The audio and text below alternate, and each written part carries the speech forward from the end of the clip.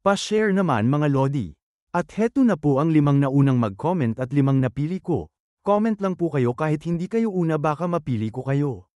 Heto na ang una na si Lodi Anisa Deco, Lodi Sheila May Epanto, Lodi Alrose Acon, Lodi Aping, Lodi Gerardo Cunanan ng Jensan, Lodi Edmar Augusto, Lodi Roldan Ricario, Lodi Shira Fermano, Lodi Jaime Conato, Lodi Yuki Kyohei, Lodi Anjo Sarmiento, Lodi Tristan Basaliso, Lodi at Omar Creo. Maraming salamat po sa inyong lahat, at kung bago ka pa lang dito, baka naman. Ika-86 na kabanata, sa pagpapatuloy. Makikita ang Billy Manor na nakatindig ng Mar-Ingle sa gitna ng malawak na bakuran. Sa loob ng Manor, maririnig ang malalakas na sigaw na nagmumula sa lugar ng pagsasanay, mga tinig na puno ng determinasyon at lakas. Makikita si Huey sa gitna ng lugar ng pagsasanay, matatag ang tindig habang mahigpit na hawak ang kanyang espada. Sa bawat galaw ng kanyang braso, mabilis niyang iwinawasiwas ang talam sa hangin, na parang sumasabay sa ritmo ng kanyang paghinga. Sa gitna ng lugar ng pagsasanay, makikita si Huey na patuloy na iwinawasiwas ang kanyang espada ng may bilis at kontrol. Sa kanyang likuran, sinusundan siya ng ibang mga martial artist na bagong pasok sa kanilang grupo.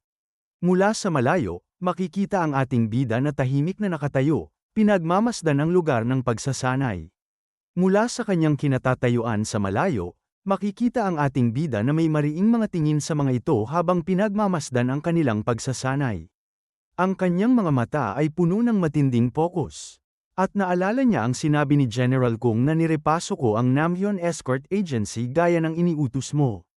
Ang Namhyeon Escort Agency ay nakabase sa lalawigan ng Zijan. Dagdag pa niya sa ating bida na at sa loob lang ng 3 taon, lumaki ito bilang isang mid-sized agency na may 5 kapitan at 70 escort.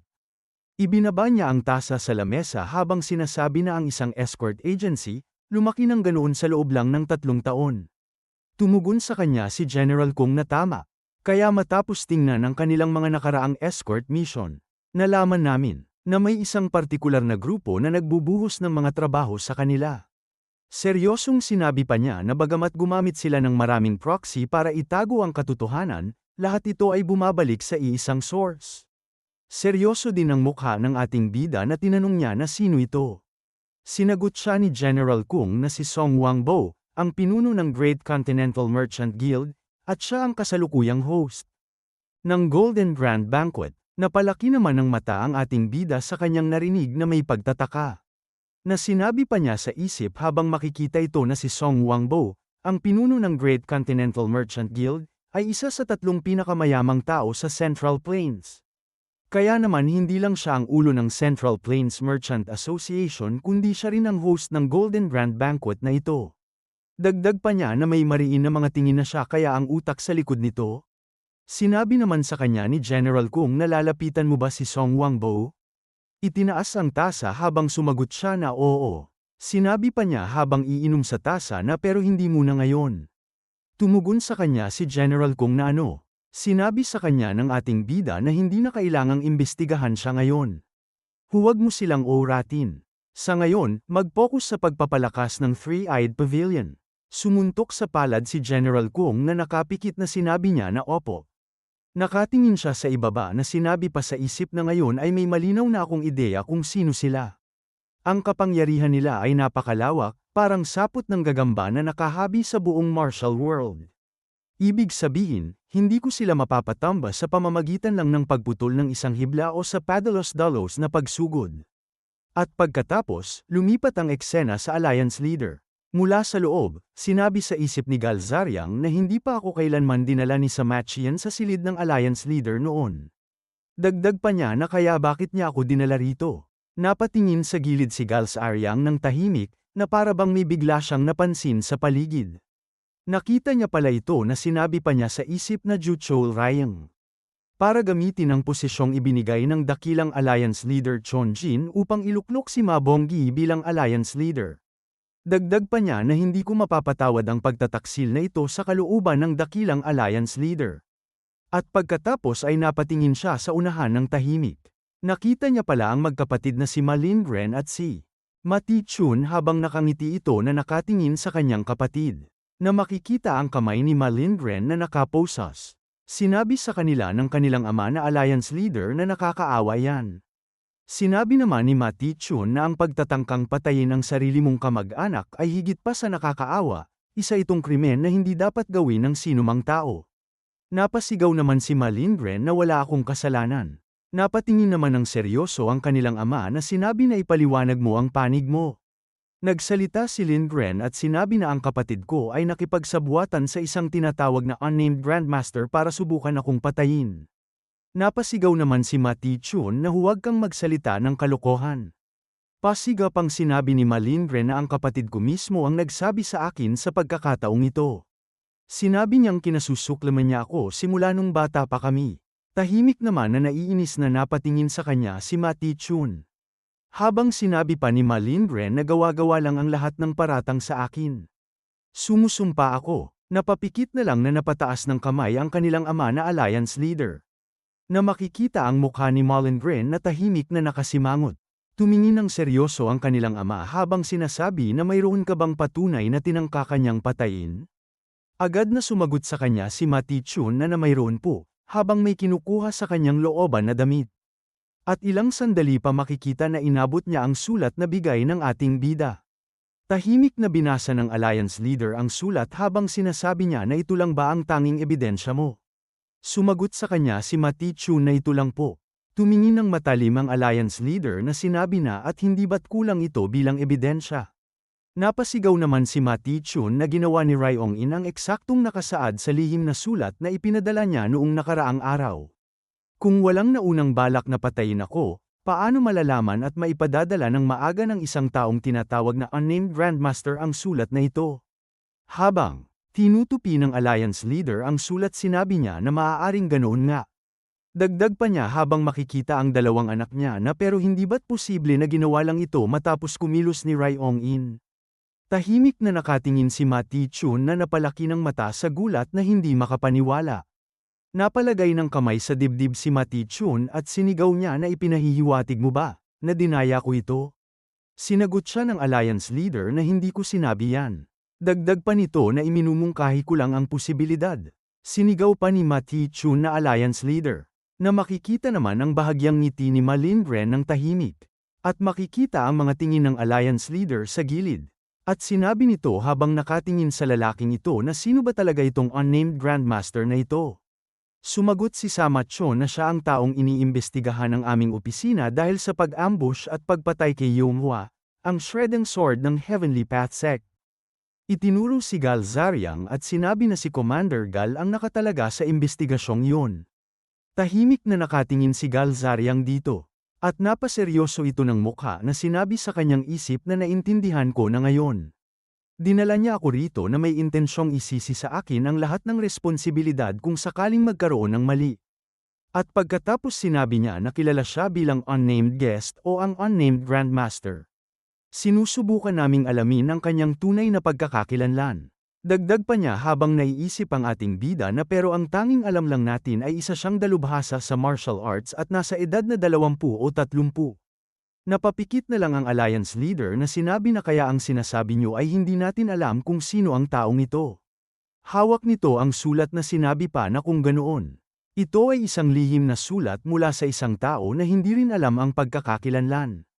Na makikita ang mukha ni Ma Tichun na tahimik na naiinis. At makikita naman ang masamang ngiti ni Ma Lindgren sa kanyang mukha ng tahimik. Sinabi pa sa kanila ng alliance leader na palayain mo ang iyong kapatid. Natahimik naman ang mga ito nang marinig ang alliance leader. Nang gagalaiti sa galit si Ma Tichun at sinabi na susunod ako sa iyong utos. Habang makikita naman ang mukha ni Ma Lindgren na tahimik na nakangiti sa gilid nito. Tahimik naman na pinagmamasdan sila ni Gal Zariang. At napasabi ito sa kanyang isip na hindi ko alam kung sino ang unnamed guest na ito. Pero kung kakayanin ko, kailangan ko siyang makuha sa panig ko. Makikita ang puno na ito na lagas ang mga dahon, na may nagsasalita na ang panahon ay lumipas na parang isang ilog.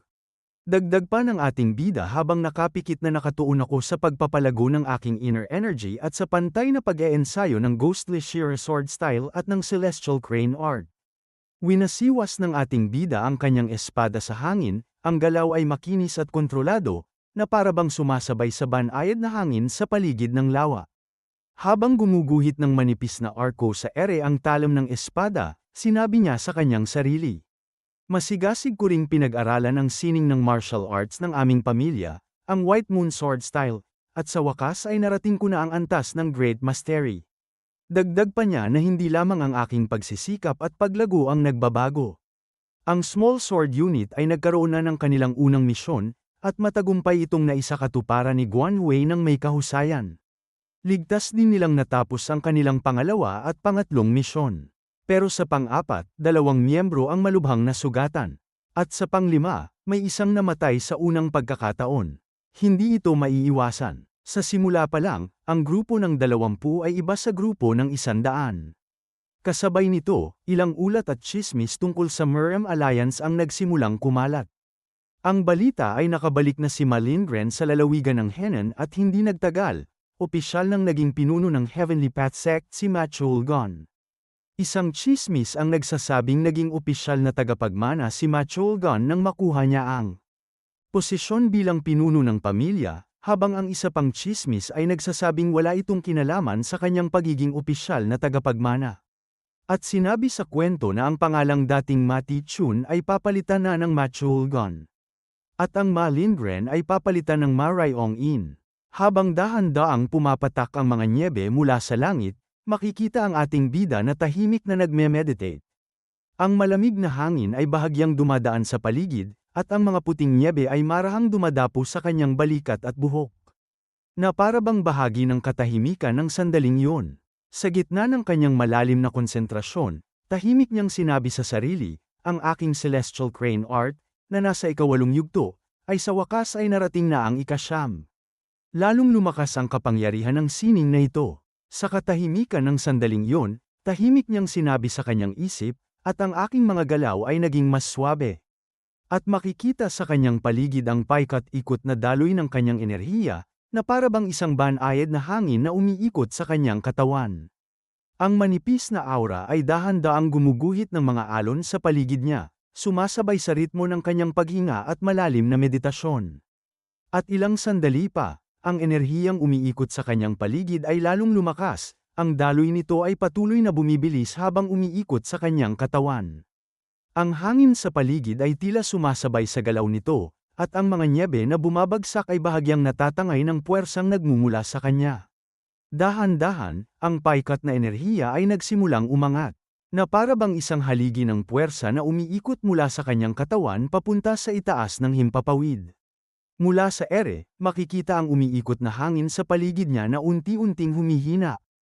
Ang dating malakas na pag-ikot ng enerhiya ay dahan-daang bumabagal, hanggang sa ang mga alon ng hangin ay nagsimulang maglaho sa katahimikan ng kapaligiran.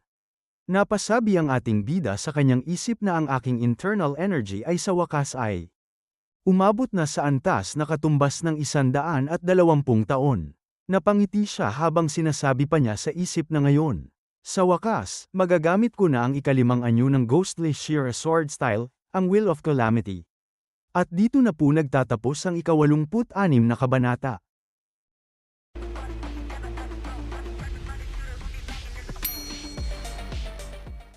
Ika-87 kabanata, sa pagpapatuloy. Makikita ang mga talam sa hangin, na parabang mga aninong espada na lumilitaw at naglalaho sa paligid. Ang manipis na guhit ng enerhiya ay gumuguhit sa ere, tila mga talam na hindi nakikita ngunit ramdam ang talas at kapangyarihan. Sa gitna ng tahimik na kapaligiran, sinabi pa ng ating bida sa mahinahong tinig, na ang ika-6 at huling anyo ng Ghostly Sheer Sword Style, ang Great Extinction, ay tunay na ang pinakamataas na teknik. Ang pambihirang lakas nito ay isang bagay, pero ang pagkontrol sa enerhiya nito ay napakahirap din. Bilang isang atake na inilaan para sa pinakahuling sandali. Dagdag pa niya habang tumingin ng matalim na ang fifth form, Will of Calamity ay maituturing na praktikal na huling teknik ng estilo. Makikita ang ating bida na malakas na itinutusok ang kanyang espada sa unahan, ang galaw ay mabilis at puno ng lakas. Sa sandaling tumulak ang talam pasulong, ang puwersa sa paligid nito ay nagsimulang umikot sa espada, na parang isang spiral na hangin na sumusunod sa direksyon ng kanyang atake. Pinakawalan niya ang atake patungo sa isang malaking bato sa kanyang unahan. Sa sandaling kumawala ang puwersa mula sa dulo ng kanyang espada, makikita ang hangin na malakas na umiikot sa paligid, na parang isang umiiral na bagyong sumunod sa direksyon ng kanyang galaw. Ang lupa at alikabok sa paligid ay bahagyang natangay ng umiikot na puwersa, habang ang enerhiya ay patuloy na gumuguhit ng pabilog na agos sa ere. Habang nakatutok ang kanyang tingin sa target, tahimik ngunit malinaw niyang binanggit ang pangalan ng teknik. Fifth form, Wheel of Calamity. Ang malaking bato ay biglang nagkabitak at nawasak sa malakas na puwersang pinakawalan ng ating bida. Ang mga piraso nito ay lumipad sa hangin, kasabay ng umiikot na daloy ng enerhiya mula sa espada, na nagdulot ng malakas na alon ng hangin sa paligid. Muli na namang winasiwas ng ating bida ang kanyang espada sa paikot na galaw, ang talam ay dumaan sa hangin na parang kumikislap na guhit ng liwanag. Ang umiikot na galaw ay nagdulot ng pabilog na daloy ng enerhiya sa paligid niya, na parang umiikot na bagyo na sumusunod sa direksyon ng kanyang espada. Ang bawat galaw ay kontrolado at swabe, nagpapakita ng husay at kasanayan sa mataas na antas ng Ghostly Sheer Sword style. At makikita sa kanyang paligid ang umiikot na hangin sa kanyang harapan, ang mga alon ng enerhiya ay dahan-daang lumalakas at umiikot ng mas mabilis. Unti-unti, ang umiikot na puwersa ay lumaki ng husto. Lumalawak sa espasyo sa paligid niya, na tila isang malakas na bagyong aipo-aipo na sumisira sa lahat ng nasa paligid. Ang mga bato, alikabok, at debris ay tinatangay ng umiikot na hangin, at ang lupa sa paligid ay bahagyang nanginginig sa puwersa ng galaw. Sa gitna ng bagyo ng enerhiya, nananatiling matatag ang ating bida, nakapokus at kontrolado, habang ang umiikot na puwersa ay nagiging malinaw na visual na representasyon ng kanyang pinakamataas na teknik. Ang eksenang ito ay puno ng tensyon at lakas, na nagpapakita ng sukdulang kapangyarihan ng fifth form, Wheel of Calamity, at ang epekto nito sa paligid ay nagpapahiwatig ng potensyal nitong wasakin ang kahit ano sa daanan. Dumami ang mga aipo-aipo na sumasayaw sa hangin, bawat isa ay umiikot ng mabilis at sabay-sabay, na para bang mga maliliit na bagyo na sumusunod sa direksyon ng puwersa ng ating bida.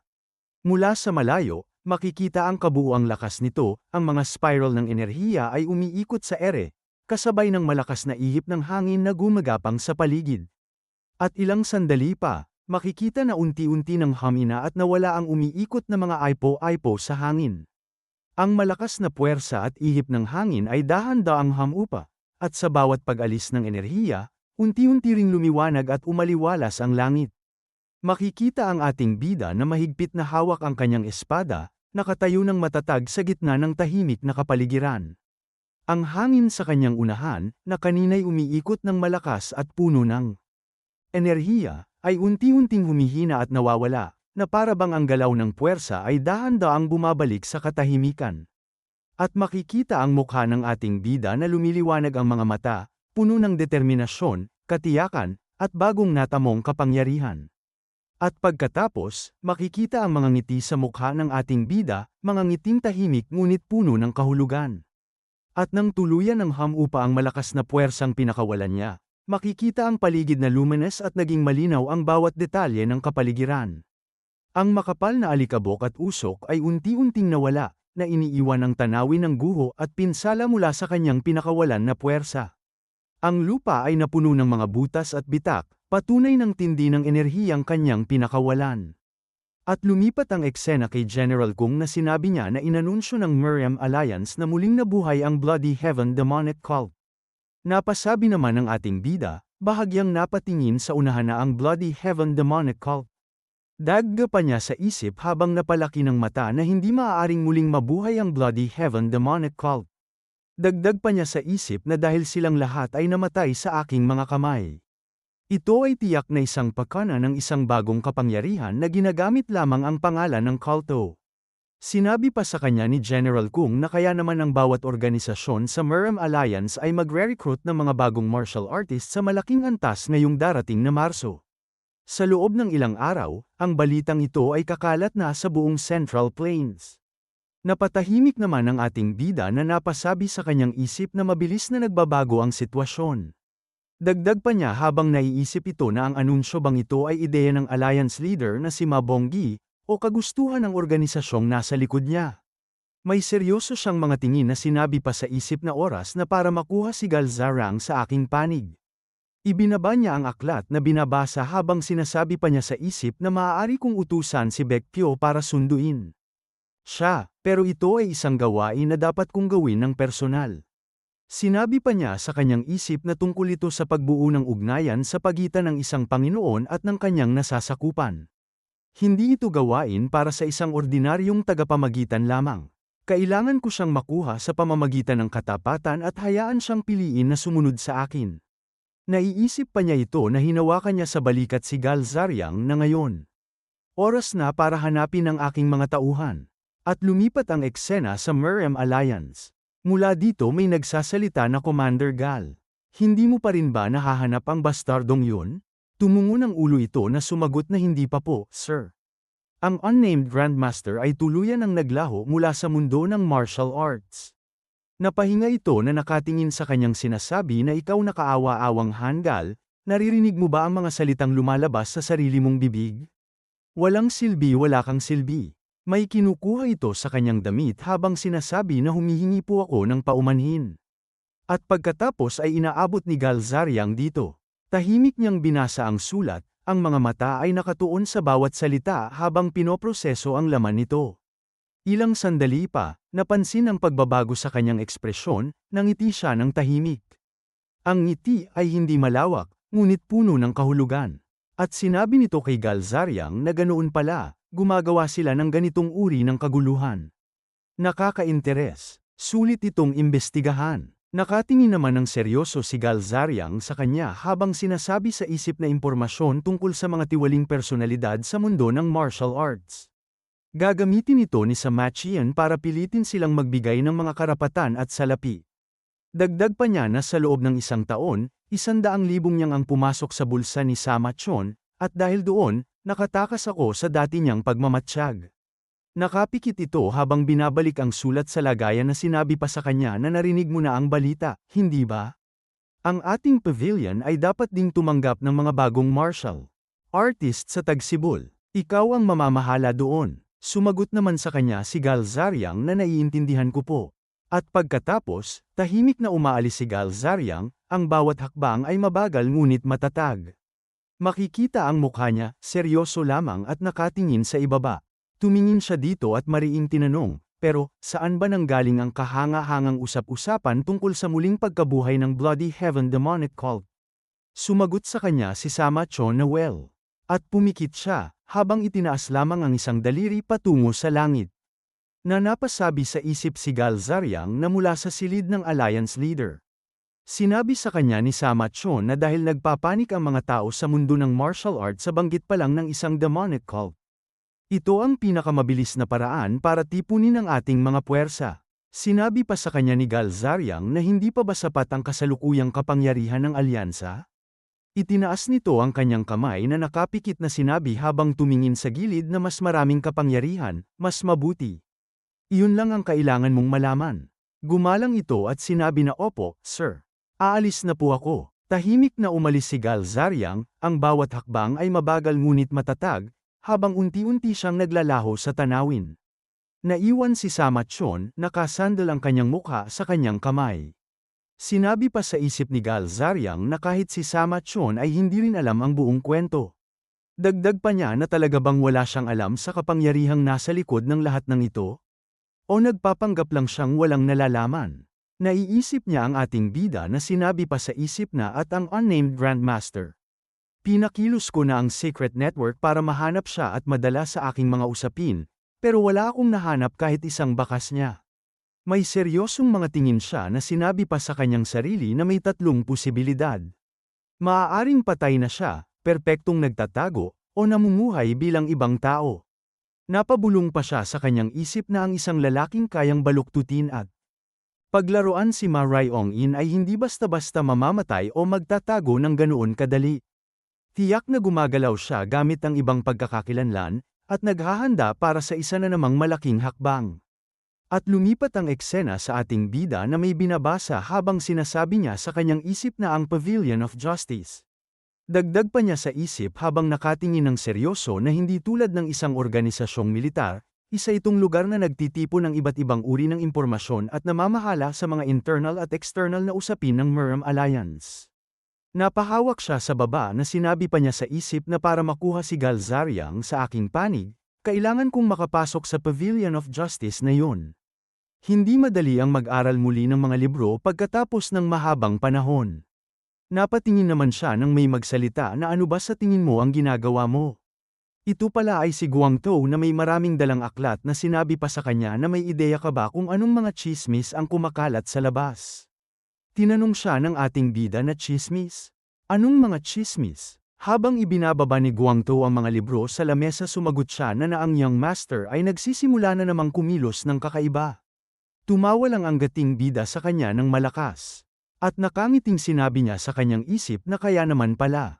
Dumaan dito si Ina kahapon para hipuin ang noo ko. Sinabi pa niya sa isip habang makikita ang mga aklat na nag-aral ako ng mabuti nitong mga nakaraang araw. Mga libro tungkol sa estratehiya at taktika sa digmaan, heograpiya, pamamahala ng organisasyon, especially iya, at kontrol sa impormasyon, syempre. Pati na rin mga libro tungkol sa sining, panitikan, pilosopiya, at medisina, na walang direktang kinalaman sa usaping militar. Nagbasa rin ako ng mga libro tungkol sa arkitektura at klima. Nakangiting sinabi pa niya sa isip habang nagbabasa na may ilang bagay akong na-realize habang nag-aaral sa pagkakataong ito. Masyadong nakatutok ang naging buhay ko sa landas ng martial arts. May kumikinang nangisi si Guangtou na sinabi niya sa ating bida na tapos ka na agad. Hindi maaari, nagbibiro ka lang, di ba? Mabilis mo lang binasa ang mga yon, hindi ba? Sumagot naman ang ating bida na tama ka. Nagulat naman si Guangtou na napasabi na nang makita kang umamin agad ng ganyan ay nangangahulugang nabasa mo nga ang lahat.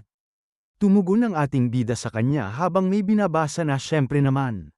Nagbukas ng aklat na sinabi sa kanya ni Guangtou na paano ka nakakapagbasa ng mga libro ng ganoon kabilis. Naiintindihan mo ba ang lahat? Sinagot siya ng ating bida na may bahagyang ngiti sa mukha na ang ilang bahagi ay oo. Ang iba naman ay hindi. Kailangan mong bitawan ang obsesyon na dapat mong maintindihan ng perpekto ang lahat sa tuwing nagbabasa ka ng libro. Napatingin naman sa kanya ang gating bida nang mapasigaw ito. Gumawa ng galaw si Guangtou habang masayang sinasabi niya na talagang tumagos yun sa akin. Kapag nagsasagawa ako ng isang teknik, dapat ko ring bitawan ang obsesyon na kailangang maging perpekto ang pagkakagawa ko rito. Nakapikit namang sinabi sa kanya ng ating bida na kapag binitawan mo yan, mamamatay ka, kailangang perpekto mo itong may segawa. Napatingin naman ng kakaiba sa kanya si Guangtou na sumagot na opo, sir. Napangiti naman ang ating bida na nakatingin sa kanya. Habang napangiti din si Guangtou sa kanya. Sinabi pa ng ating bida sa kanya na tila maayos naman ang lagay niyo ni Dusan, mukhang masaya ka. Napatingin naman sa kanya si Guangtou habang sinasabi niya na paano nalalaman ng isang taong nakaupo lang sa kwarto at nagbabasa ng mga libro ang napakaraming bagay tungkol sa mundong nasa labas. Ngumiti ang ating bida na sinabi sa kanya na may mundo rin sa loob ng mga libro. Alam mo ba, nakapikit namang itinuro ni Guangtou ang kanyang kamay sa itaas na sinabi niya na pasensya na sa sasabihin ko. Pero ang totoong mundo ay nasa labas ng pintuang yan. At nandoon din si Dusan. Malakas namang tumawa ang ating bida. Dagdag pa, ng ating bida sa isip habang makikita ang kahoy na walang dahon na ang ikinagulat ko habang nag-aaral ay, sa hindi inaasahang pagkakataon, maraming mga master ng martial arts ang nagsulat ng mga libro tungkol sa mga paksang walang kinalaman sa kanilang sining. Sa totoo lang, hindi lang isa o dalawang beses akong nabigla. Higit pa rito, nang mabasa ko ang isang librong isinulat ng isang taong kilala ko noon, ang pakiramdam ay tunay na malalim. Marahil ay naging isa lamang akong palaka sa loob ng balon sa buong panahong ito. Ngunit sa pagkakataong ito, habang nag-aaral, napagtanto ko ito. Tunay na namuhay ako sa isang panig lamang, at sa katotohanan, napakakaunti lamang ng alam ko tungkol sa mundo ng martial arts. Dagdag pa niya na hindi ko man lang talaga nakilala ng lubusan ang mga taong nakakausap ko ng harapan. Nagkukulong ako rito ng tiyak upang sa susunod ay makalabas na ako sa mundong yon. At dito na po nagtatapos ang 87 kabanata.